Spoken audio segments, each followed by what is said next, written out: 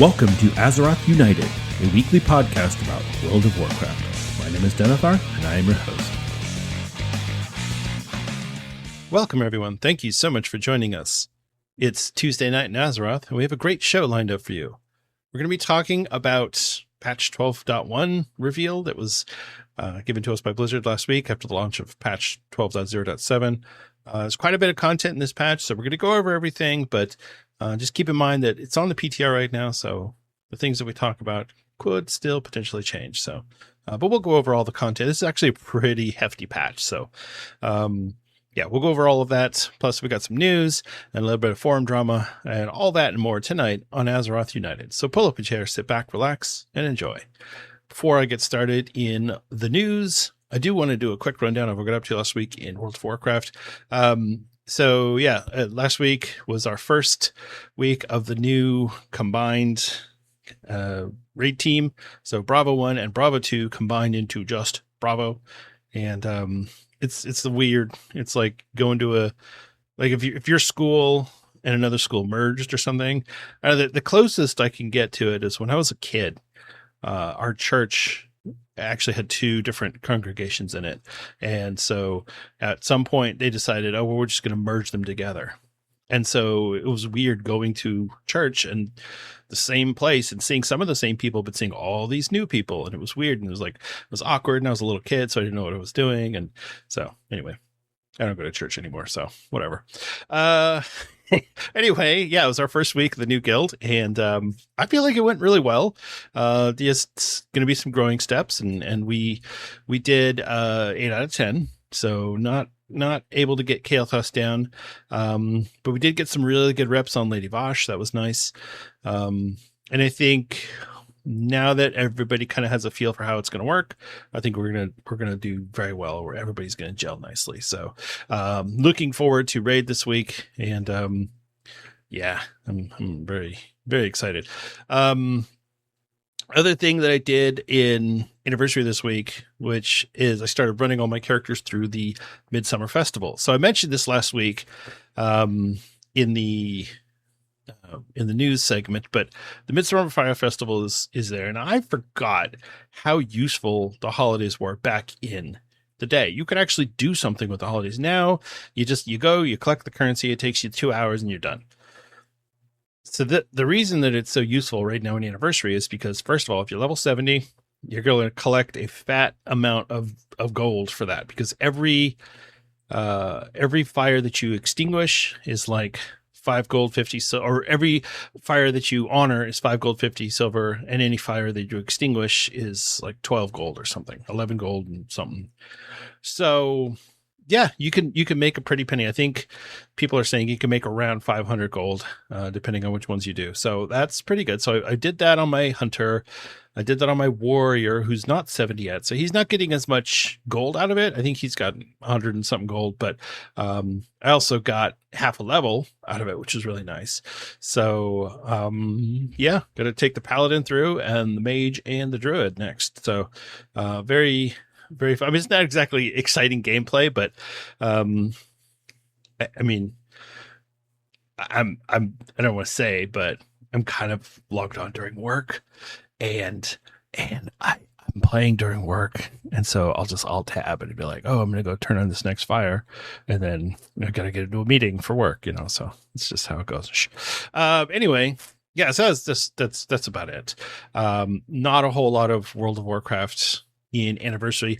I did, however, log on to my Season of Discovery character. I saw a lot of the community events that are going on with Season of Discovery, and so I wanted to check it out and wanted to see what was going on. I logged on, and so I'm on Wild Growth NA, and so I logged on to my Druid, I think it was. Well, I logged on to the Druid and I logged on to the Warrior, but in Stormwind, the capital city was popping. There were so many people. And so I think that people are looking for something to do. I mean, if you don't want to play TBC again, and you're not interested in MOP, you're not interested in retail, Classic Era is there, but it's boring because it's just Nax over and over and over and over and over and over and over again. So what can you do? Well, people realized, hey, Season of Discovery is still there. And now that they allow us to level lock, we can create these guilds. So that's what people are doing. They're going on there. There's guilds being created left and right for this level band or that level band. It's really exciting. It's really cool. I'm really, really glad to see Season of Discovery kind of resurrected a little bit. Maybe there's some anticipation for Classic Plus. In some ways, I do wonder if this is kind of a bad thing, though, for the Classic Plus hype, because if people wanted that fix, they're like, man, I really want that Classic Plus fix. And then they play Season of Discovery and they get it. And they're like, I'm good now. I don't need it. I'll go play something else. So that could be bad. But it could also generate a lot of hype for a Season of Discovery. So we'll have to see how that goes. Yeah, so that's where we are on that. In Modern WoW, I started to get back into the Prey system. So I tried out Prey in the preseason period, so right after the launch, but before Season 1 started. And I was like, yeah, this is fine, whatever. It's not a big deal. So I tried it again, and I was doing heroic Preys, I guess, heroic hunts. That is fun. That is a lot of fun. If you haven't tried out Prey, if you've been playing Classic, or you're like, it's dumb, I don't want to do it. It's really fun. I really like it. So yeah, there you go. That's I can't remember how many I did, but I know that there's a limit on there, and I just need to figure out if that's like here's how many you could do today or this week or however that works. But yeah, it was really cool. I like it. I like the idea behind it, and I like the way that you can improve how you search for your adversary. And they don't really pose a challenge. I'm on my Death Knight. He's a blood DK. He's not going to die to a mob like that in the open world. So that I'm not too worried about. I haven't done Nightmare yet, so I think I have to do a few more levels of the Prey journey, and then I'll get to do Nightmare. So, yeah, so that's really fun. And I did a little bit with my warrior, but she's 84 now, and I feel like I'm just going to kind of chill till next week when Turbulent Timeways launches, and I'll level up a bunch of alts. So that's what's going on there. That's about it. I just kind of jumped around. I did get on the PTR a little bit last night, or I logged on last night, didn't really do much, logged on this morning, and there's just not a lot to do right now. You can check out a few things. The ping system is nice. We'll get into the ping system a little bit. But a lot of the stuff is in there. I wanted to try out the Discord integration, but yeah, you got to be in a guild for that. So I'll figure all that out later. But anyway, that's pretty much all I got up to. Yeah, the rest of the week has been very busy. As I've mentioned before, my daughter's getting married next month. And so we're planning our trip to Los Angeles, California to go to the wedding. So she was here this past weekend. Yeah, it's weird. She's my oldest, the first one to get married, and her fiance, he's a good guy, and they met in school. They both went to the same college or university, and so it's really nice, and I'm very much looking forward to it. Although, man, she's driving us crazy. Yeah, but I mean, that's how it goes, right? But yeah, we're really excited, and I still need to go finish up a couple more things before we head out there. But yeah, heading out to LA. So it's weird. I moved from LA to Cincinnati in 2023. And I really like Cincinnati. It's a nice town. I haven't been back to California since. This year, I'm going to have to go to California twice because I'm going to go there for the wedding, and I'm going to go again for BlizzCon. So no California for 3 years. All of a sudden, boom, twice in 1 year. It's just going to be weird. I'm going to be eating a lot of In-N-Out double doubles. I'll tell you that right now. So that's what's going on there. But anyway, yeah, that's about it. Just kind of dipping in my toe in all the different versions of WoW and really kind of spreading that around. I don't have any particular projects that I'm working on any version of the game. I listened to a lot of other podcasts, and it's like, oh, here's this new project I decided to start working on. I'm like, man, I should come up with a project, and then I don't. So there you go. That's That's what you got. All right. That's enough of that. Let's move on to the forum post of the week, which still has no bumper. All right. So this one's a little weird. And I'll tell you right now, especially after last week's episode talking about Project Ascension and all that, I was kind of like, I don't want to get into this again, but this just keeps going. This train keeps rolling. So if you're not familiar with it, there was a Twitter post last week. This is June 16th from a poster named Stiven, who said, new heroic and epic licenses for the World of Warcraft Camelot were pushed. Not much information about it, but it looks like a brand new WoW game unrelated to the current Midnight/Titan. I suspect Classic Plus everyone talks about. So I mentioned this at the end of the episode last week, and I wanted to get a little bit more into it. So this is what kicked everything off. So this is 3:20 a.m. on June 16th last week. About 12 hours later, we get this post from Jordy, who is a World of Warcraft streamer, and he's the owner, operator, brains behind the Classic Plus project. If you're familiar with that, I think I've talked about it before, but anyway, it's basically a bunch of surveys and information that people kind of are voting on what they think Classic Plus should be. It's fine. Some of the things that people have said, yes, I want this. You read it and you go, really? That's what you want in Classic Plus? Okay. Anyway, not to shit on Jordy. I think what he's doing is great. I think is great for the community. I think people don't know what they want, and this just proves it. But that's not the point. The point is, he posted with the quote Camelot data mine last night. It gives a lot of credence to this leaked image, and he's got a image here that says franchise slate World of Warcraft. Camelot, likely Classic Plus, end of year 2026. Wrath of the Lich King, end of 2026 or early 2027.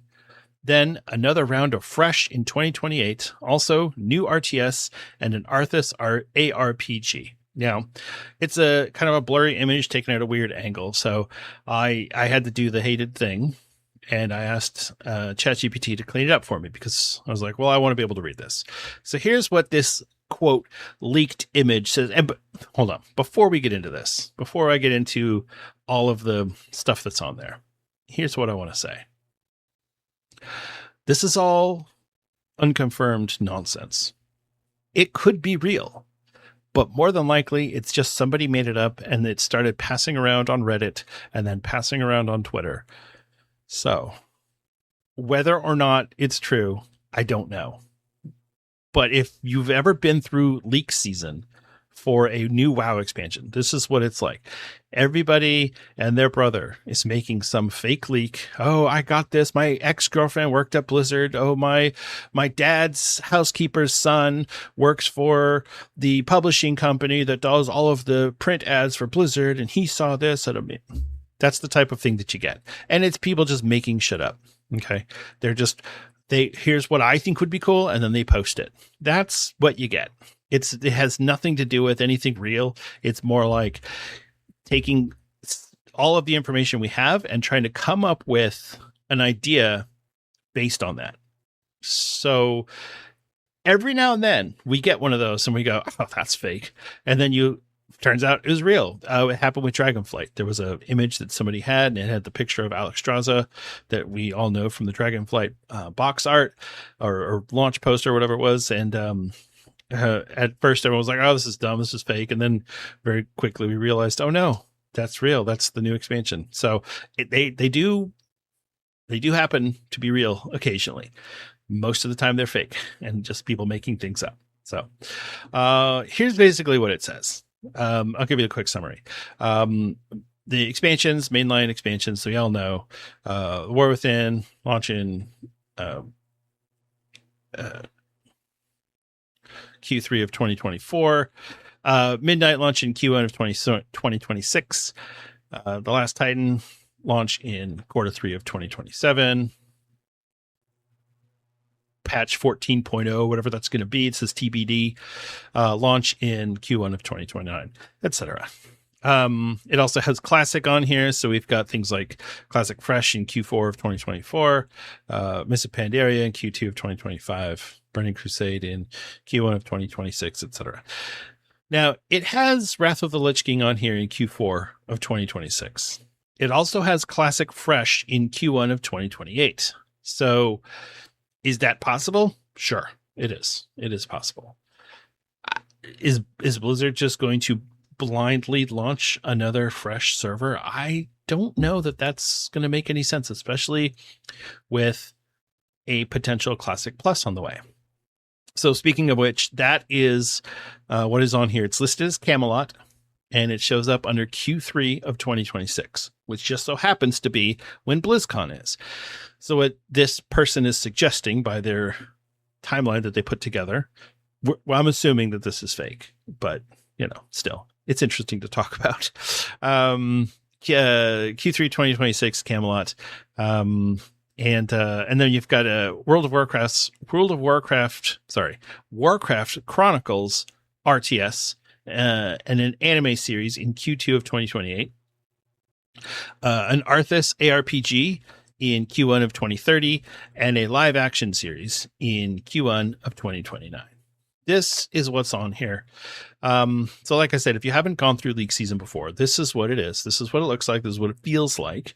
It's weird. It's awkward. And there's a lot of hype. This is when people start talking about things like copium, because they're like, well, the game sucks right now and I'm not happy with the game, but I have my copium and it's going to be the new Arthas game or the new Camelot, whatever. And so, the reason I bring this up is because, this all happened last week. Since then, since the initial post on Twitter from Steven and then the post from Jordy with the partial screenshot of this franchise slate timeline, there have been a slew of Reddit detectives who have gone through and taken great pains to try and figure out where that came from, because there is no post for this. What Jordy posted supposedly from Reddit doesn't exist. So people have been going through, like on the Wayback Machine, or there's a way that you can search archives on Reddit for deleted posts. And people have found what they believe is the person who posted this, who said it was his ex-girlfriend that worked for Blizzard, et cetera, et cetera. There have been dozens, if not hundreds, of posts about this. I can only imagine how many posts the moderators have had to delete from the Classic WoW subreddit because of this. People are excited, people are psyched, but people are also crazy. So you have to take everything with a grain of salt. Remember that, you know what, it's okay. We're making it up as we go. So, if any of this ends up being real, and mind you, I don't think that Blizzard is going to release a game called World of Warcraft Camelot. There's no way. There is absolutely no way that happens. If that happens, I was going to say something dramatic, but I have to hedge my bet in case it does happen. But it's not going to happen.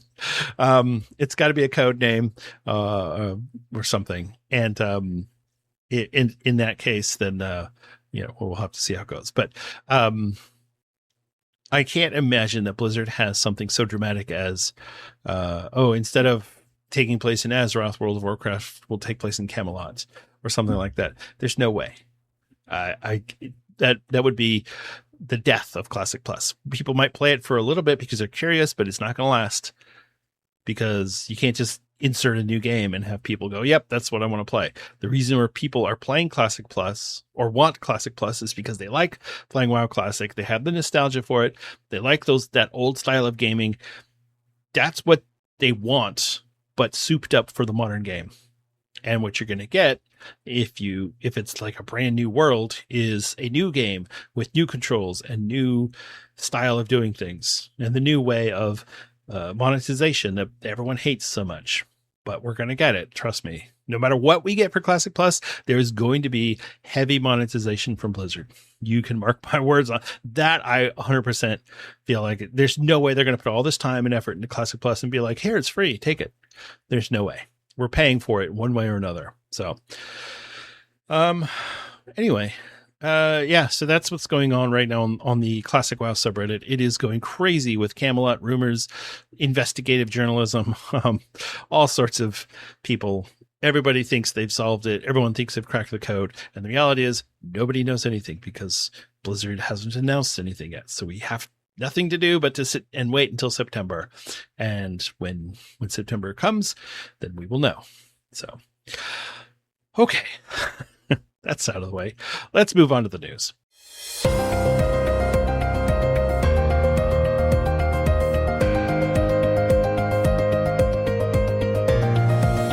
It's time for the news. In Blizzard news, there is a World of Warcraft summer sale. Save up to 50% off select mounts, pets, toys, and transmogs. From now until until July 7th, the Battle.net store has posted some hefty WoW discounts, including up to 50% off various bundles, mounts, pets, toys, and transmogs. So if you've been eyeing something that is on the store for a while, you're like, I don't want to spend the $25 or whatever it costs to get a mount. Now's the time. Check and see. Not everything is on sale, but a lot of it is. And this is a really good opportunity to either get yourself a cool new mount, or if you have a really good friend that you want to surprise with a gift, or if your honey is playing World of Warcraft with you and you want to get them a new mount or a pets or something, this is the time to do it. So that's why they do these sales, because they know people will wait until the sale, and then the sale is when their profits go through the roof, even though things are discounted. So so there you go. Check out the World of Warcraft summer sale.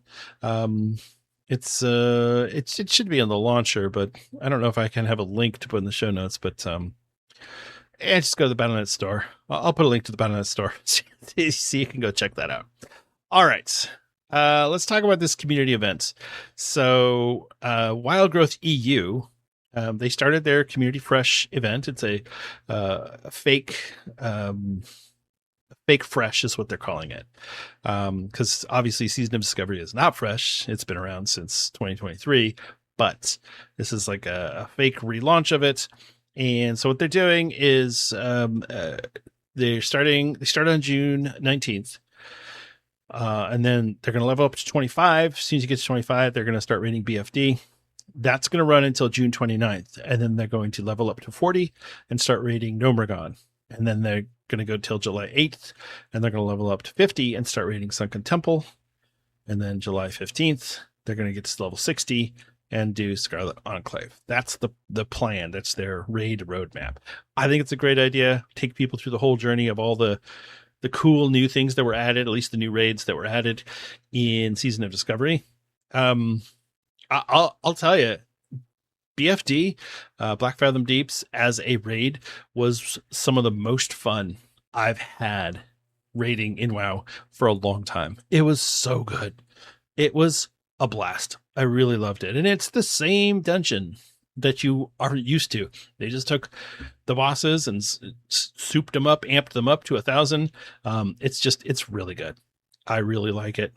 And I know that some people are trying to do this on the American servers or the North America servers. So I haven't checked to see what guilds are available on Wild Growth NA. That's where my characters are, but that's the plan. Is I'm going to get on there and see. I don't know that I'm going to actually get up and raid in Season of Discovery, but you know what? Maybe if this is something that happens every 3 months or every 6 months or something, maybe I'll jump into it. I actually think that would be pretty cool to just, hey, let's start a new guild and we'll get it to 25 and lock our XP. That sounds like a blast. So, all right. So there you go. In modern World of Warcraft, the Race to World First for Mythic Rotmire was completed by Team Liquid. They defeated Rotmire on Mythic difficulty just a little bit after the servers went live. So congrats to Team Liquid for killing the new boss first, I guess. I didn't even know that there was... I mean, it's not really a Race to World First because this isn't the final boss of the tier, but... yeah, I saw something about it and I was like, oh, I guess it's done. Okay. Congrats to Team Liquid. There you go. So yeah, they did that. And I mean, I like the idea behind these one-off boss raids, but I think what they're doing in patch 12.1 is a lot better. So we'll get into that in a little bit. So, and finally, earn a World Cup housing item by scoring goals in patch 12.0.7. Players can purchase 2 new tabards, earn a new achievement, and earn 3 new pieces of decor. And so, you know, the little chessboard in Silvermoon, go over there, and there's a whole series of things that you have to do. Gotta get a kickable practice ball. You have to get a tabard. There's whole instructions on the Wowhead article. I'll put it in there. But you can get the prized orb of Azeroth, which is basically like the World Cup. You're going to get the goal achievement or goal. And then there's a framed Horde Pride or Alliance Pride portrait picture, which I think those are really cool. I like those. So yeah, go check that out. You know, this is one of those things that Blizzard puts in the game and you're like, you know what? I'll go do that because it's just silly enough to just go knock it out real quick. So, yeah. So, I mean, the tabards are really cool too. The Horde tabard and the Alliance tabard, really cool. Horde stuff always looks cooler than the Alliance stuff, but it's okay. I'm Alliance main for life. So, all right. And that's it. So, let's move on to what's going on this week on World of Warcraft. The bonus event for the week is the Battleground bonus event. You're going to get the Sign of Battle buff. Honor gains from Battleground objectives and wins increased by 50%. And you can pick up the quest A Call to Battle from Archmage Aethys Sunreaver in Silvermoon to win 4 Battleground matches. And you will be rewarded with 175 Conquest and 5 Marks of Honor. This one's not too bad. You just need to win 4 Battlegrounds. Any Battleground will do. So pick the 4 that you want to do, or just run a bunch of them, and you'll get a different one. I mean, there's no manner in which you have to approach this. You just have to win 4. So, yeah, there you go. Check out the Battleground bonus event. It doesn't really do much for gearing, especially this late in the season. But the Marks of Honor are always really cool because you can use Marks of Honor to go buy old Gladiator transmog from the various vendors. So get you some Marks of Honor and go buy some old transmog. It's really cool to do that. The PvP brawl for the week is Terran Mill versus South Shore. Originally introduced as part of the World of Warcraft 10-year anniversary event, this brawl harkens back to the early days of WoW PvP with an epic battle between the 2 towns of Terran Mill and South Shore. In this game of war, you'll need to work as a team and deplete your foe's resources to claim victory. When you zone in, you'll get the quest Something Different to win a PvP brawl, and you'll be rewarded with Conquest Honor and, yes, more Marks of Honor.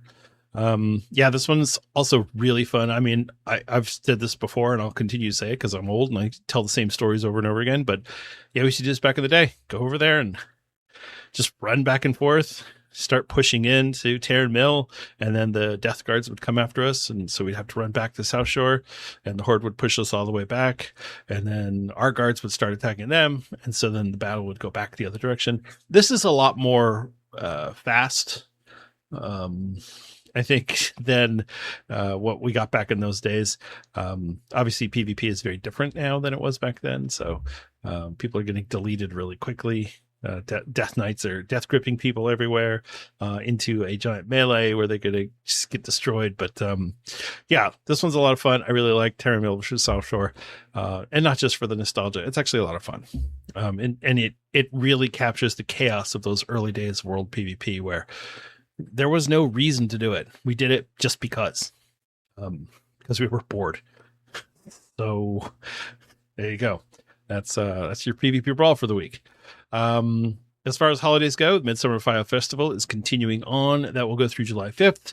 And as I pointed out earlier, if you're doing this in Classic or even in Mr. Pandaria Classic, you can get your get a good chunk of gold and XP for your alts by honoring and desecrating the fires around Azeroth and let's see, the Azeroth, Outlands, Pandaria, and Northrend. So yeah, there you go.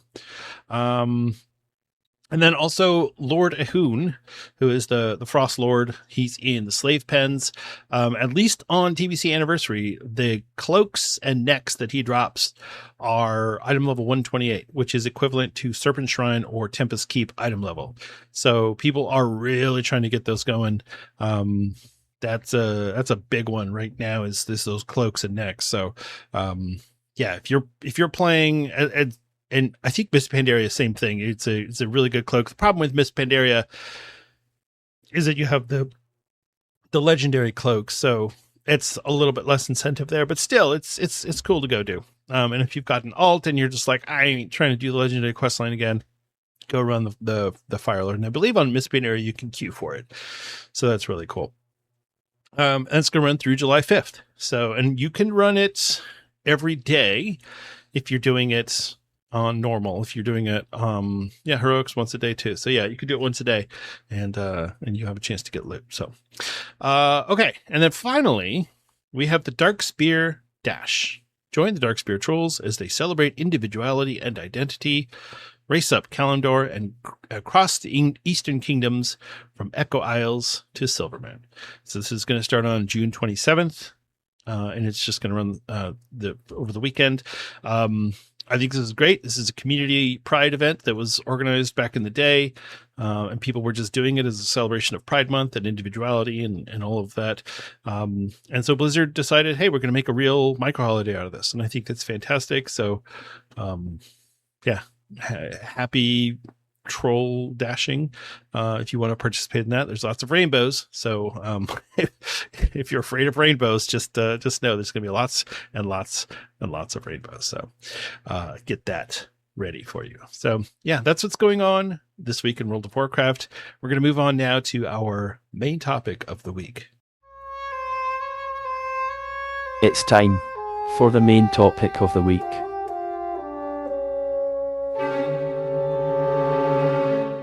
The newest content patch on the horizon for World of Warcraft Midnight is patch 12.1, Curse of Ula'tek. Ula'tek is kind of a weird word to say, so I hope we'll get used to it. But yeah, it's an odd one. Anyway, Ula'tek is the new boss of the new raid. So there's a lot of story going on here. It's very troll and snake themed. I couldn't help but constantly think of Rick and Morty. Snakes, time travel. Yeah, this is the new patch, and it's coming in probably in 2 months. So there you go. That's what's going on. No, we're going to go over all of the content that was announced. There's some stuff that was announced in the patch notes. There was some blog articles that were put out by Blizzard, so we're going to try and put all that together. And like I said earlier, we don't know for sure what's going to be on the final slate. Things could change at the last minute because this is the PTR, but the PTR is up, so you can get on there and go check it out if you are so concerned. Okay, first off, new campaign chapters continue the story of Zul'Jan as the fog lifts from the island off the coast of Zul'Aman. We'll join Zul'Jara as she pursues him to bring her brother and others home to Zul'Aman. We'll delve into a long-buried history of the Coiled Isles, learn more about why it is locked away, and who was left behind. So here's the thing. We actually don't have Zul'Jan's story from patch 12.0.7 yet. So this is basically following up on that story. And so the fact that this is kicking off with Zul'Jara going to find him on this island, I think that kind of spoils the end of how that campaign chapter is going to go in 12.0.7. But I mean, that's, what are you going to do? For whatever reason, they decided to time gate that one particular part of patch 12.07. So, and maybe it's because they needed to get this out first, and they would rather spoil the fact that Zul'Jan goes missing than spoil the big reveal of what the island is. I don't know. We'll have to find out. But yeah, we're going to get 12.07. I think the Zul'Jan story is going to start on July 7th. So it's 2 more weeks from now. So, and then I think that'll maybe give us a little bit more insight into what we've got going for that. The Coiled Isle. Within the mountain on the Coiled Isle, you'll undertake a variety of new activities as you explore this corrupted ecosystem filled with poisonous waters and venomous foes. Okay, plunge into the vaults of Ula'tek, primed for challenging group content and rotating public events. Taking part in these public events will ultimately build up to a boss fight. Okay, curious to see how that goes. Usually when you're building up to a big boss fight, people they lose interest. Like if you could show up and kill a boss, cool. But if you have to put in work to make a boss happen, people are just gonna be like, yeah, go do something else. So we'll see how it goes. While in the zone, players will have access to a custom talent tree that will provide different perks of player power along with quality of life perks. For example, reducing the potency of the venom in the zone. So that's really cool. So again, with the borrowed power, right, we're going to get a new borrowed power talent tree, but it's only going to be in effect on the island. So this isn't something that, I've got to go. It's when you're there, you get it, but when you leave it with you. You leave it there. So I think that's okay. You know, Blizzard has to do borrowed power. There's no way to have a game like World of Warcraft work without some form of borrowed power. And in order for it to be borrowed, you have to give it back at the end. And so, yeah, unfortunately, you got to do borrowed power. As you adventure through the zone, you'll come across curse surges, which will regularly spawn rare elites at 5 rotating locations throughout the Isle. Killing a rare elite unlocks cursed fishing in that location. And you'll also discover a local story with a Tortolan sea captain named Toka, gain reputation with his crew, and learn to fish in more cursed water around the Isle. So I guess fishing is going to be a big thing for this patch, which is great because I hate fishing. So that'll be fantastic. Yeah, so there you go. That's the new zone. That's what we're going to be doing when we're there. It's going to be trolls, snakes, and turtles is basically what we're getting. Lots of snakes. Man, I need to have the Snake of Muldoon on the show to talk about the Sethrak, because I mean, with all these snakes, come on, Blizzard, they've got to be teasing us that we're getting Sethrak playable race, right? I might reach out to him on Blue Sky and see if he wants to come on the show. All right. Introducing layers. So this is a new feature that they're doing for world bosses. I think it's pretty interesting. Layers are an evolution of world bosses located in wow. Okay, let's try that one again.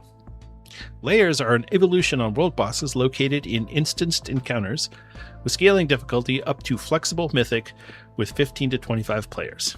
These will be found in specific locations similar to delves and will come complete with a summoning stone outside the layer. The goal is to make it easier for players to gather and take on these bosses by encountering them at specific locations where you can choose your difficulty and use the summoning stone to bring others to you.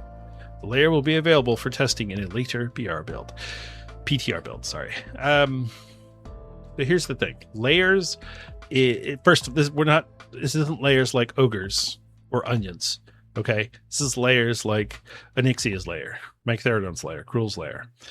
And I think the goal here is you go into the layer, it's now instanced, so there's not going to be zone lag, and you can kill a boss on a particular difficulty. So right now, if you want to go kill the world boss, you fly to the area there where it is. If you don't see anyone there fighting him or her, you get in the group finder, you join a group, you get in, everybody just kills the boss, and usually you can't see what's going on because it's huge and it's so many things happening in front of you, and then you get your loot or whatever it is that you're getting from the boss.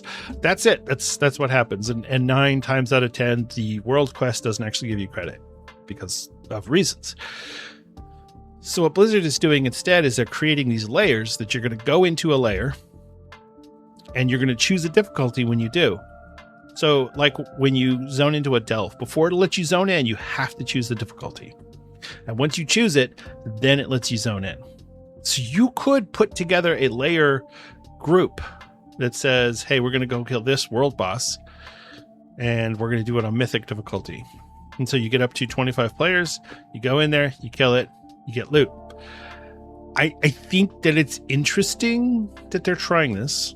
I don't know how this is going to work for pugs. I think people are going to be very gatekeepy, as they usually are with any sort of raid or Mythic Plus content. But it's a world boss. This isn't a raid boss. We're not talking like top tier raid gear. Although if you're doing Mythic world bosses, I think you should be getting some pretty good rewards for that. So I don't know. We'll see. It's not available for testing yet, so we don't know any other details. But this one I'm really intrigued by, and I'm curious to see how it gets implemented by Blizzard. So we'll see how layers play out. So speaking of raids, we do have a new raid. This is the Venomous Abyss. Yeah, surprise. There's a .0 patch, which means we're going to get a new raid with 8 bosses, new Mythic Plus rotation, new blah, blah, blah. Okay, same stuff we always get. So new raid, the Venomous Abyss. Arriving with the start of Midnight Season 2, players will face Ula'tek herself in the Venomous Abyss, an ancient, powerful creature of hatred, corruption, and venom. Ula'tek has been unleashed by Zul'Jan's actions. This new raid dungeon will feature 8 new boss encounters, and you'll ultimately face off against Ula'tek as the final boss. Now, we're going to go over... We'll do the lore later. I don't want to do it tonight. I want to do that at another day when I have some time to really go over, because for me, troll lore is very low on my list of interests. Stuglife posted a really interesting video on the Azeroth United Discord, which you can get to by going to AzerothUnitedPod.com. He posted this really cool video about the Darkspear trolls, and as I was watching it, I was like, man, this is so interesting. And I got bored because I was like, okay, there's so many trolls. Why are there so many trolls? So, and that's a me problem. It's not, I'm not blaming anyone else. It's my own issue. But I'm just really not digging the trolls. So what are you going to do? So with that being said, this is what we got. So it's trolls and snakes and some Tortola. So, Nekzali, the Soul Coiler, is the first boss. Entombed Sentinels, Vashnik the Malignant, the Lost Tortolan Explorers, Zorak, which is a snake, I guess, the Twin Fangs, the Bargain Crown, which is probably going to be Zul'Jan, and Ula'tek herself. She's the big boss. It says, after being imprisoned for over 16,000 years, Ula'tek has reconstituted herself to ravage Azeroth once again. So, I don't know if this is going to be like a Hakar type situation or what the deal is, but there you go.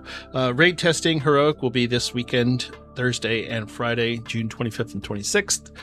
Mythic will be the weekend of July 9th and 10th. And there you go. We'll probably get a few more testing dates as we get closer.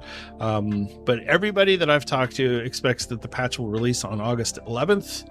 So that's kind of what I'm thinking is probably going to happen. But we will see.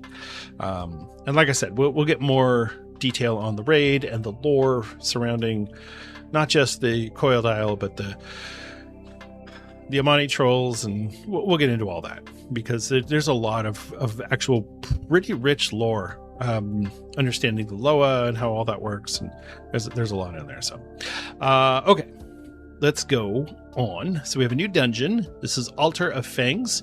It's a 3-boss dungeon, and pretty typical of what we have been getting, so that's pretty cool. There's going to be 2 new delves and a new nemesis delve. So I don't think we saw the name of the new nemesis, but we'll be getting that shortly.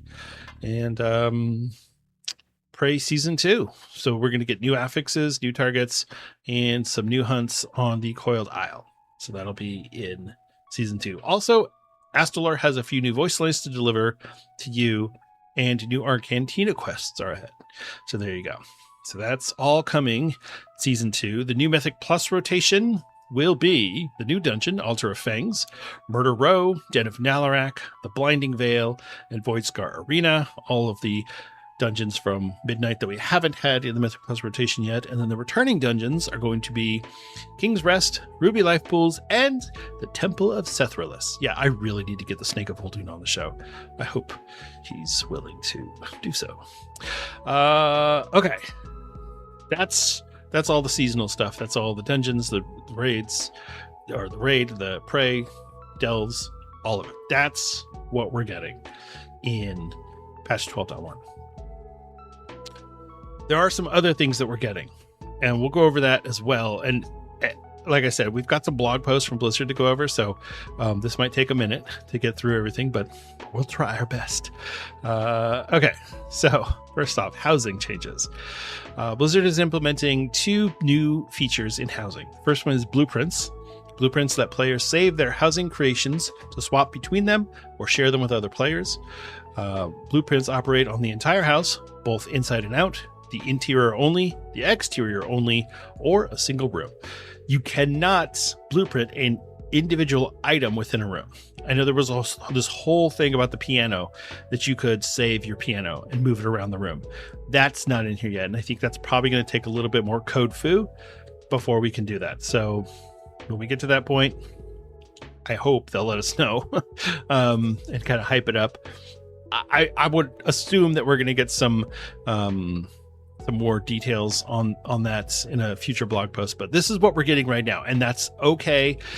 Players can have up to 50 save slots for different layouts, as well as 10 additional ones for autosaves. Autosaves are automatically created when importing a blueprint, so players can easily revert. So it looks pretty good. I'm sure there's going to be some issues on the PTRs. There always is. And whether or not those get fixed, we'll see. Blizzard has been trying really hard to fix these issues, but I would say that it's probably impossible at this point with the way that World of Warcraft is coded and all of the legacy data that's in there. It's probably impossible for them to release a perfect patch, especially one of this scale. I can't imagine there's not something that didn't run through their testing. So, or they did run through their testing and they couldn't figure out how to fix it, and it's not game breaking, so they're going to let it go for now, and then they'll fix it later. That happens. It does. It happens. Try working DevOps. That's a real thing, especially in a live service like this. Okay. The other thing that we're getting for housing is pet beds. So your pet beds, you could put a pet bed in your house, and then you could choose which pet is going to sleep on said pet bed. Now, these are your non-combat pets. These are your battle pets. So, you can have your little Nubasath idol sitting around your house if you so choose, or whatever you want, your little the Cornelius or whatever your favorite pets are. So they can either just sleep on their bed, or you can set them to roam the house. How much roaming we're going to get, I don't know. And if you have your pet bed outside, it can only be stationary on the bed. They can't roam outside for now. And there you go. Small number of pets are unavailable. So it's just, there's a technical reason for it, whatever that is. That's how it goes. For housing, there's also a couple of other things. Endeavors. There are 4 new endeavors. The knockoff Amani. This is the featured endeavor with the release of Curse of Ula'tek. This is Grifta and his traveling troupe of traders. And they trade their, quote, traditional Amani goods. So that's cool. Every Bakar has its day. This is from the Centaurs from the Onaran Plains. Candle Culture. This is from the Kobolds of the Ringing Deeps. And Vacation Season. The Tortolans are showing up. So that'll be really cool. Some really interesting stuff for sure there. I'm really hoping we get some really cool lighting solutions from the Kobolds. That'll be really fun. All right. The next big thing for housing is dye updates. So dye crafting has been streamlined considerably, freeing up bag space taken up by dyes. New dye colors have been added, including those that replicate the darker appearances from before patch 12.0.5. I didn't realize this was a thing, but and we'll get into it in a little bit, but yeah, Blizzard basically broke a lot of people's housing decorations by changing a bug that they had found in earlier or in release, and yeah, people were complaining about it. So let's see what else we have. Houses can now reach level 12, unlocking increased limits, large exteriors, and more. Players can now move the entry room anywhere in the house, including other floors. Finally, basement dreams can be realized. Oh my, thank God. Not the basement, whatever, that's fine, but be able to move your entrance. I don't want my entrance to have to be in that one spot all the time. And once you've started building your house, it's hard to tear everything down. It's just so you can reposition how the being able to move the entrance is fantastic. I'm super excited about that. Looking forward to that. These are the features that were preventing me from playing housing. I didn't want to have to build something and then go, shit, now I have to tear the whole thing down because I made one mistake in the first room.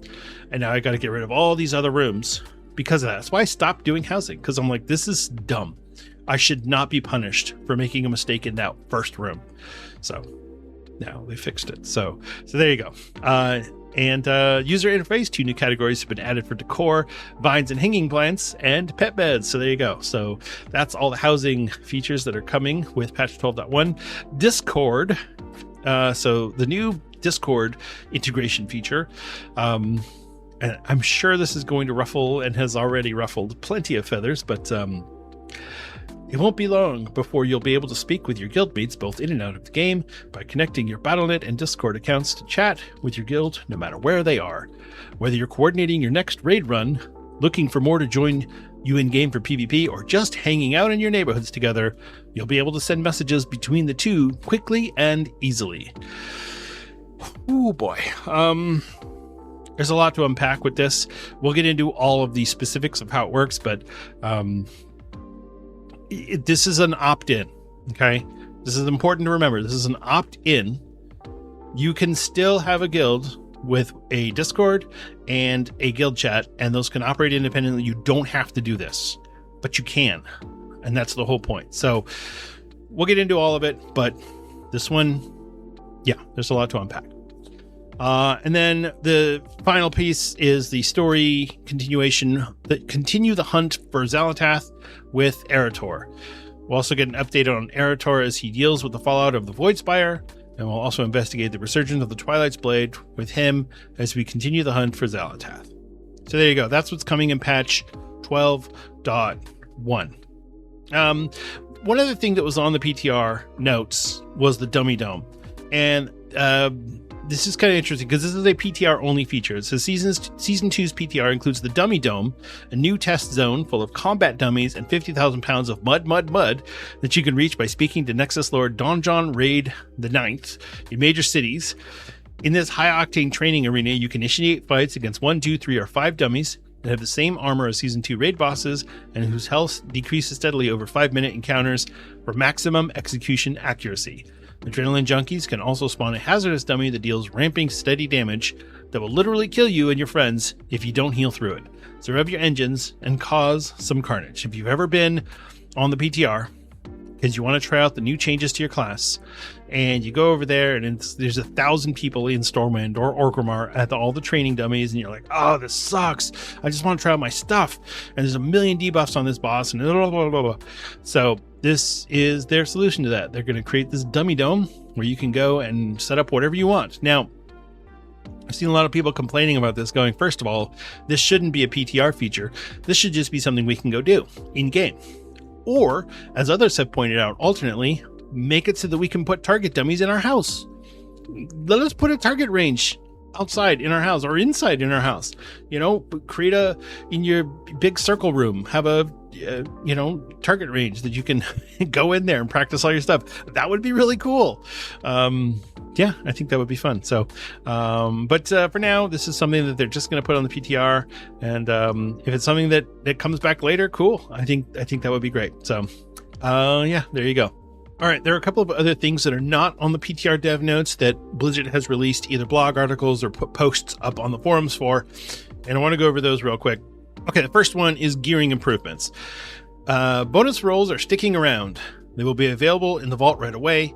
1 bonus roll a week will be available from a new NPC starting on week 8 of the patch. Cool. And raid rolls will only cost 1 coin per roll. Okay, good. Because that was so weird. It's like, Mythic Plus is 1, raids are 2. Why? Why, Blizzard, why? So they fixed that. Cool. And then they took it a step further. Raid rewards will be buffed in the vault. LFR through Heroic will give 1 track higher than boss drops, i.e. Heroic will give Myth 1 out of 6 loot. Mythic Vault will drop Myth 6 out of 6 loot. Very rare items and final 2 bosses will drop Myth 9 out of 6 loot. Catalyst items will maintain secondary stats and cantrip effects when catalyzed. And Ascended Venom Stones are the new Void Cores and will occur later in Season 2 and will now also work on necklaces. So let's break all of these different things down. First of all, we're going to get bonus rolls. Cool. That's going to stick around, and that'll be something that we're going to just have, which I think is really going to help our not just our gearing, but that bad luck protection. When you go, man, I've run this, so many times and I can't get the drop that I need, and it won't show up on my vault. This is going to give you the opportunity to get that. So you can get one from your vault. So if you don't, right now the way it works is if you don't pick an item from your vault, you can get those coins, and you can use those coins to buy to get the bonus roll, I think is how it works. You'll also be able to get one bonus roll a week starting on week 8 of the patch. So that'll probably be sometime after BlizzCon is when we'll be able to do that. And the raid rolls, like I said, 1 per roll, which, yes, it should have been that way from the start, but I understand why they still are a little protective of raid as the prestige content. I get it. That's fine. Okay, this is the huge one, though. Raid rewards buffed in the vault. LFR through Heroic will give 1 track higher than boss drops. So to put this into perspective, if you are in a guild that is running normal raid, let's say you're in the guild, your 7-year-old nephew is there, your mailman is in that guild, your boss's cousin who couldn't put 2 sentences together. This is your guild, right? And you're running normal because that's all you guys can do. Maybe you've killed a couple of bosses on Heroic, maybe not, who knows. But if you kill those bosses on normal, when you get credit in your vault, so if you've killed 2 bosses or 4 bosses or 6 bosses or whatever it is, you'll get that number of drops, and they will drop Heroic or Hero track 1 out of 6 instead of Champion track 1 out of 6. Same thing with Heroic Raid. If you're running Heroic Raid, trying to get your AOTC, when you go to your vault, you will have Myth track gear, Myth 1 out of 6 gear in the vault. This way, I've seen a lot of conversations about how Heroic Raid is dying. There's no point to Heroic Raid anymore because we have Mythic Plus and we have Mythic Raid. So if you're going to push content, you're doing either Mythic Plus or Mythic Raid. Mythic Plus is giving you way better gear than Heroic Raid could, and you're getting Myth Track in the vault. So what's the point of Heroic Raid? I get it. People don't want to run content just for fun. They want to get some form of reward. It's something that I've talked about a lot before. There is an idea that if your content isn't fun, people aren't going to do it. And I think that too often Blizzard has fallen into the trap of, well, we've got to force people to do the content. And I really don't like that. Because if you are forcing people to do content, then your content is bad. The problem is the content, not the people. And this does feel a little bit like that. Like, no, please do Heroic Raid. We don't want to have to get rid of Heroic Raid. But at the same time, there are some guilds that are way better than normal Raid, but not good enough for Mythic. And they need that spot to land. But you have to be able to get better gear. If you're just getting hero track gear from the bosses when they drop, and then you're getting hero track gear in your vault, your rewards are worthless. You want Myth Track gear. If you're doing Heroic Raid, you want Myth Track gear. So this gives you the opportunity. You're still only getting 1 Myth Track from the vault at the end of the day, potentially. So if you do 8 plus 10 Mythic Plus, and you clear the raid on Heroic, you have 6 choices of Myth 1 out of 6 loot. However, you only get to pick one of them. It's not like you're going to fill up on Myth Track week 1. There were a lot of complainers and naysayers about this on Twitter. And I think they're all wrong. just flat out, I just think they're wrong. Okay, Catalyst items will maintain secondary stats and cantrip effects when catalyzed. So if you have some extra effect on a pair of pants or shoulders or whatever it is, I don't know what items have cantrip effects, but if you do, and you catalyze that item and turn it into a piece of tier, it'll keep those cantrip items, and it will maintain the secondary stats that it had before. So no more of, oh, well, you want tier, but this tier piece has bad stats. Get the piece with the best stats and then catalyze it. Done. Now, I see some problems with this because WoW players are notoriously min-maxy. But if you if you're in this mythical or this pretend AOTC guild, maybe you don't care. Maybe it's not as big of a deal. But if you're in a mythic raiding guild, you're going to want the specific stats, which means you might get the piece you want, but it has the wrong stats. You got to keep going. So I don't know. That feels a little weird. And then finally, the Ascendant Venom Stones. These will be the new Void Cores, and they will happen at some point later in Season 2, and they will be usable on necklaces as well. Previously, it was just weapons and trinkets. So there you go. That's the gear changes that are coming. Gearing is good right now. People are going to gear up really fast. Even on my Death Knight, who I have not done any difficult content at all. I've probably done 6 tier 8 delves, and that's the hardest content I've done in Midnight. I'm already gearing up. I'm in the 250s. I have mostly hero track gear, and I have a few pieces of adventure I just can't replace, but I haven't been running content, so that's okay. I feel like I'm getting way more reward than the effort I'm putting in. So, is it too much? Maybe. I don't know. That's a question for another episode. Okay, let's move on. We have user interface changes. So there's, first is the auras. What Blizzard, I'm just going to read what they said. Since the launch of Midnight, we've continued to iterate on the add-on related changes introduced in the Midnight pre-patch. In the 12.1 Curse of Ula'tek update, we are pleased to be taking the next major step in that work. This work reflects the insights and feedback shared by our community with a focus on auras, commonly referred to by players as buffs and debuffs. Okay, so there you go. We're talking about buffs and debuffs. These changes focus on preventing auras, whether on the player, enemies, or party and raid members, from leaking important combat information that can be used for combat automation. At the same time, we want add-ons to continue to be able to show auras in a variety of custom ways. To support that goal, Curse of Ula'tek will introduce new APIs that allow add-ons to display filtered sets of auras in customized ways without exposing the underlying aura information that could be used for automation. Add-ons that currently display auras will need to be updated to support these new APIs, and we'll be working directly with the add-on authors throughout the Curse of Ula'tek PTR to help them adapt these changes to gather feedback during testing. So basically, they want you to be able to customize like previously, that was one thing that you did with weak auras is you go, hey, when I get this buff, pop up a weak aura so that I know I have this cooldown or that cooldown, or this is available, or I need to push this button or whatever it is. Well, Blizzard couldn't do that. They couldn't have you read that without also knowing that something else was going on and have you automate something. And so I'm not sure of how exactly this works, what exactly it is that they did, these APIs.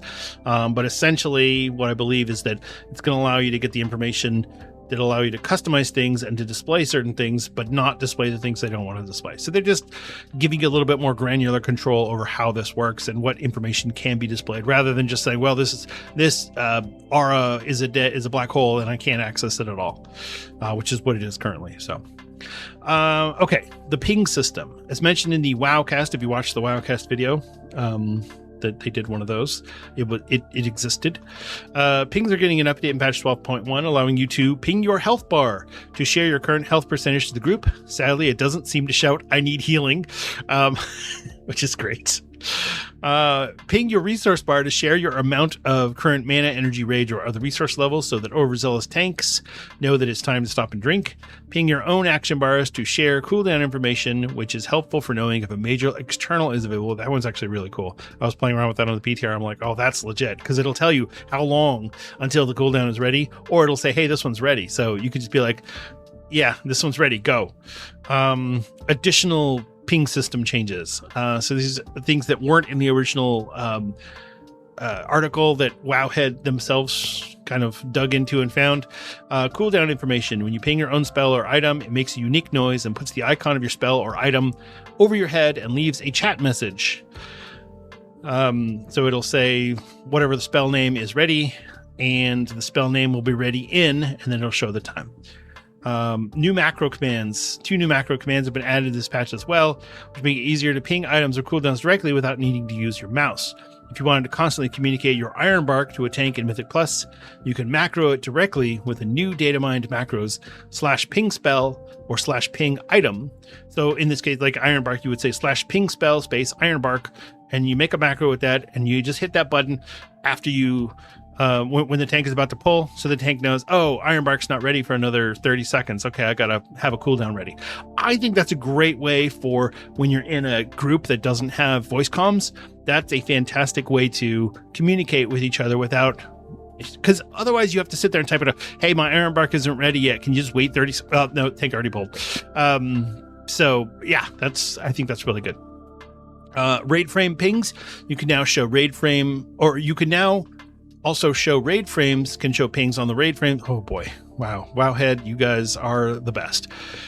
You can show pings on the raid frames. This could be really useful for mechanics and could function as a pseudo raid frame glow. If you're able to get a dangerous mechanic or don't have a personal when targeted by a deadly ability, you can ping yourself and healers will be able to find you quickly.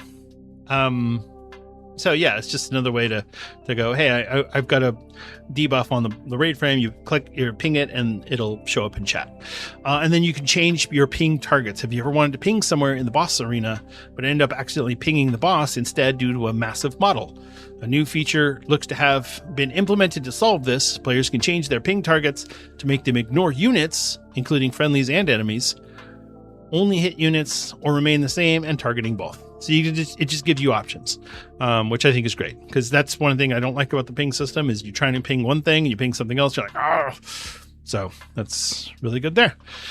Pings will only hit environmental objects or locations in the world, ignoring all units, or pings will only hit units in the world, ignoring all environmental objects or locations, or pings will hit both environmental units and units in the world. So it just, however you want to do it, whatever works for your play style best.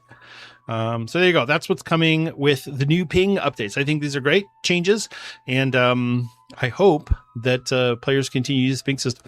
What I hate is when people are pinging something, and you're okay, and then they keep pinging it. It's like, I saw it the first 9 times. I don't need you to ping it 42 times. 9 was enough. I did Windrunner Spire, and the healer kept doing that because you have to take the portals all over. And so they were just like spam pinging the portals. And it's like, okay, I get it. I haven't been here before, but thank you. I got it. Click the portal. I'm good. Okay. Housing die. This is the story all about how my life got flipped. Oh no, that's the wrong thing. This is the story of how we got to the die update in Curse of Ula'tek, streamlining die crafting, reducing bag space requirements, fixing unintended color changes, and adding a bunch of new colors to use with all dyeable decor. So this is a long blog article that goes into a lot of detail about the bug that they fixed in patch 12.0.5, which also broke the colors for a lot of players in their house. Oh, this obsidian black isn't as black, or the mesquite brown isn't as brown. And so Blizzard went in and they figured out how to, because they fixed a bug, and that bug basically was, they changed it because it's the way that the dye colors affected lighting. And so if your lighting was showing up on something, it was going to, basically your obsidian black was super black, or your mesquite brown was super brown. And now that they fixed the lighting issue, it's showing up with proper lighting. It's not as black, or it's not as brown. So they fixed the bug, and they're not going to unfix the bug because it was a bug. But instead what they're doing is they're adding new dyes that have new colors that are basically going to replace what they did. So they have dark obsidian, dark mahogany, dark mesquite, so that you can get those old colors back. They're also adding new colors like Amani Green, Claxy Amber, Faded Mana, Stone Talon Brick, blah, blah, blah. Here's the big thing that they're doing now. It used to be you had to create a pigment from either alchemy or inscription, and then you could craft your dyes at the little station in the neighborhood. So what you're going to do now instead is you're just going to craft dyes, and those dyes are going to be your main colors: green, pink, orange, red, whatever. And then once you have that color of dye, you can then choose any of the colors in that classification or in that color family when you're choosing to dye an object. It makes it easier for you so you don't have to have the exact right color. And if you just say, hey, I want it to be green, you could cycle through all the green choices. You buy some green or craft some green dye, and then go into your house and look at what you're building, and then cycle through all the different green ones. You don't have to go back out and get a different one because, I bought the wrong one off the auction house. Now I need to craft a different one. Now you've got green. Now, if you want to switch from green to blue, okay, maybe you do have to go back out, but all you need is the main color. You don't need the specific shade of green. Green dye will be able to do any of the shades, is basically what it boils down to. So this is going to reduce the amount of bag space that the dyes take up. So right now, I don't do a lot of customization in my house because I don't want to have a bag full of dye. Because right now there's 62, plus the 10 pigments that you already need to make the dyes. And they're adding 15 new colors. So that would be a lot of bag slots that would be taken up. This is 87. Now it's going to be 9 because they're getting rid of teal and they're rolling teal into green and blue. So yeah, this is way better. This is a much more streamlined and easy to use system that I think that if it had been there originally, I think a lot more people would probably be customizing stuff. So yeah, this is a great change for players. If you have a bunch of dyes, they're going to mail you back the correct kind. Says for example, if you had 5 Alliance blue dyes, 6 Horde red, and 2 white dye pigments in your inventory or bank, you'll get 3 mails. One will have 5 new blue housing dyes. One will have 6 red housing dyes. One will have 3 white housing dyes. So you'll just get whatever the new thing is from it. So, and like I said, the teals will be split up between the blues and the greens. Okay, and finally, Blizzard's new Connect Your Guild, Discord, and in-game chats in patch 12.1. This blog article was put out, was this a few days ago? So there's a couple of things that you need to do before you can integrate everything. So first of all, only the guild leader can do it. You have to be an administrator of the Discord server and a guild leader. So if you're the guild leader, generally you're either the owner or an administrator of the Discord. You can set permissions granularly, manage channels, view channels, send messages, whatever. So the way it works is you can connect your Discord server and you can say this channel in the Discord server is going to be guild chat. Or you can say, let people see Discord chat as a separate chat from guild chat. So when you're in game in WoW, you can have your guild chat, but then you can also maybe say have a different tab which will show Discord chat. That way, if you're in game and not on Discord, as I usually am, you'll also see the stuff that pops up in Discord. Because sometimes when somebody's looking for, hey, does anybody want to run like in Midnight? So, I've got a +10 Windrunner Spire. Well, if they post that in Discord and you're in game, you don't see it. But somebody who's in Discord is like, yes, I want to go. And now there's a group being put together and you have no idea. This will combine all of this into one location, basically in game, because Blizzard's goal is to get everyone to be in game, right? They don't want you in Discord, they want you in game. So that's why they're doing this. Now you will have to link your World of Warcraft and your Discord accounts together, and they give you some screenshots on that, on how to do that. I'm really curious about how this is going to work because I have 2 Battle.net accounts, and I don't think I'm going to be able to link both of my Battle.net accounts to my Discord account. So I think what's going to end up having to happen for me is that I'm going to have to choose one and link it to my Discord. And then I have my test Discord account, which I've been using for goofing around on stuff.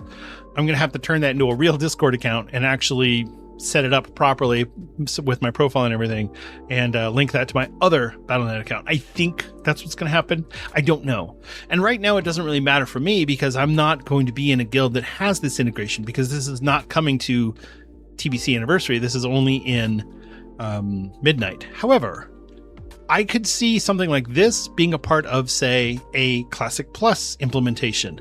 Why wouldn't it be, right? That's a great way to get people talking in Classic Plus and to modernize it without changing the actual gameplay itself. So yeah, if you're not comfortable with it, you don't have to do it. You can just be in guild chat and have Discord up on your screen like you do currently. But I mean, they're showing the screenshots here of what it could. This is just a mock-up of what it could look like. Hey, and we want to jump into a plus 16, and somebody from Discord says, "I'll come in my arcane mage." And then somebody else says on Discord, "I'm free, need a tank." And then somebody in guild chat says, "I'll come and I can do feral or balance as needed." Right? This is a whole conversation happening between two different sources because they're linked together. I think it's good. I really do. But I know people are not going to want to do it just because they don't trust any of this sort of thing. And I get it. I do. I understand.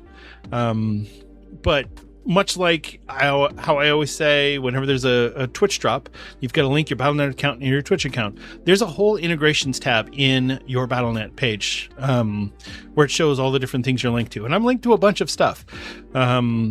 And you know, that's they created these APIs specifically for this purpose, so that you can do that without giving out all your account info. But like I said, if you're not comfortable with it, that's okay. You know, nobody's, I mean, at least not that I know, is going to demand that you link your Battle.net and your Discord. I mean, it's such a optional thing. But I'm sure there's going to be guilds out there like, if you're not linked, then we can't accept you, or whatever.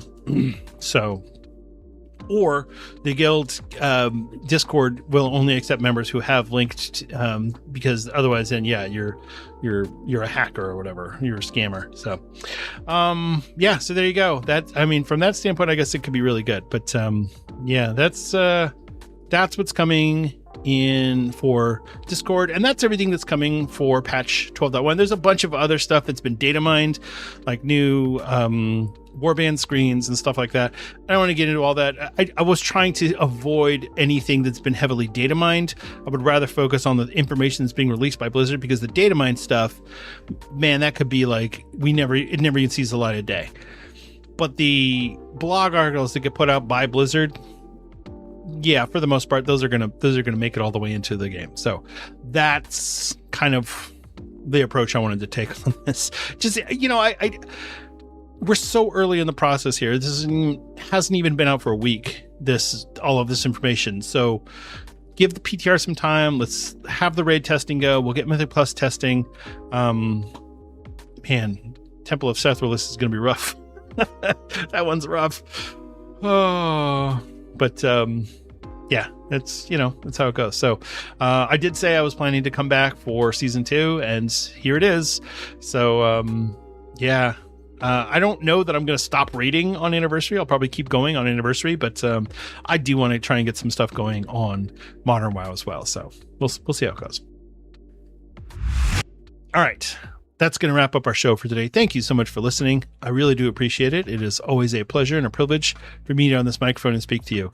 I decided I wasn't going to do video for the next few weeks because, first of all, it's been super hot here. And even if I get cleaned up, take a shower, I'm still dripping sweat everywhere. And that's not something I want to put on a web camera. And also, I started going through or listening back through my episodes, and I was noticing there's a lot of volume variations. And I think part of it is because I'm moving around so much that I'm not standing right in front of the microphone, or I'm getting too close and I'm popping the microphone, or I'm too far away and it's getting really quiet. So I'm trying to work a little bit more on my microphone technique. I was like, I need to buy new equipment. My equipment's all crap. That's why my sound is bad.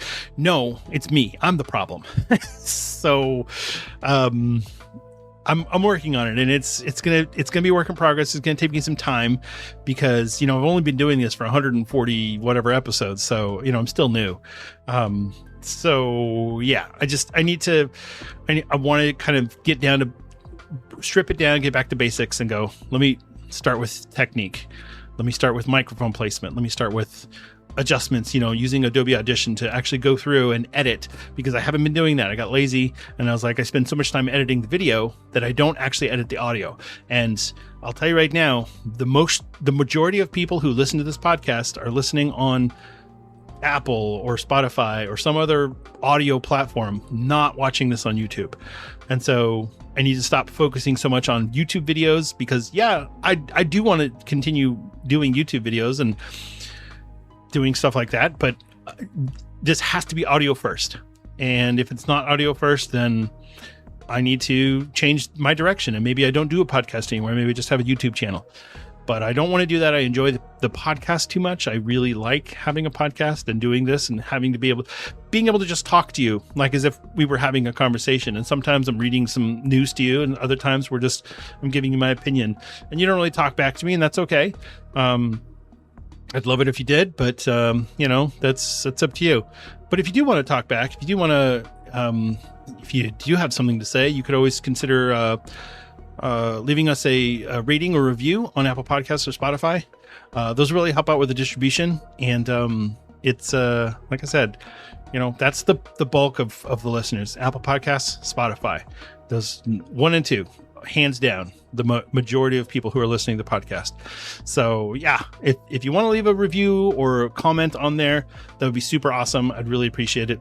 If you are watching this on YouTube, even without a video, it would still help out to give us a like and subscribe and maybe leave a comment there. But like I said, I'm changing my focus here. So I'd also like to take a moment to thank our patrons. These are people who give their IRL money to help out with the production costs of the show. We have different membership tiers, from a free membership that you can just show your support, all the way up to our top tier, which is our friend of the show patrons. And I do want to thank those folks now. Our friend of the show patrons are Stuglife, Delial, Greybeard, Raven, Azerin, Agromanagement, and Lich. Thank you all so much for your support, and thank you to all of our patrons who all definitely help make Azeroth United possible. Okay, and that's it. Thank you again for listening. Remember to be good to each other out there. That's a real person on the other side of the keyboard, and you know what? Maybe they don't want their Discord and Battle.net integrated. That's okay. And you do, and that's cool. You guys can still be friends. You can just smile and nod and go, that's cool, man. You're just going to miss out on half the conversation. But just be nice. It doesn't hurt you to be nice. You can just be nice, smile a little bit more, and have fun. We're playing a video game. Let's have fun. All right. Take care. I love you all, and I'll see you in Azeroth.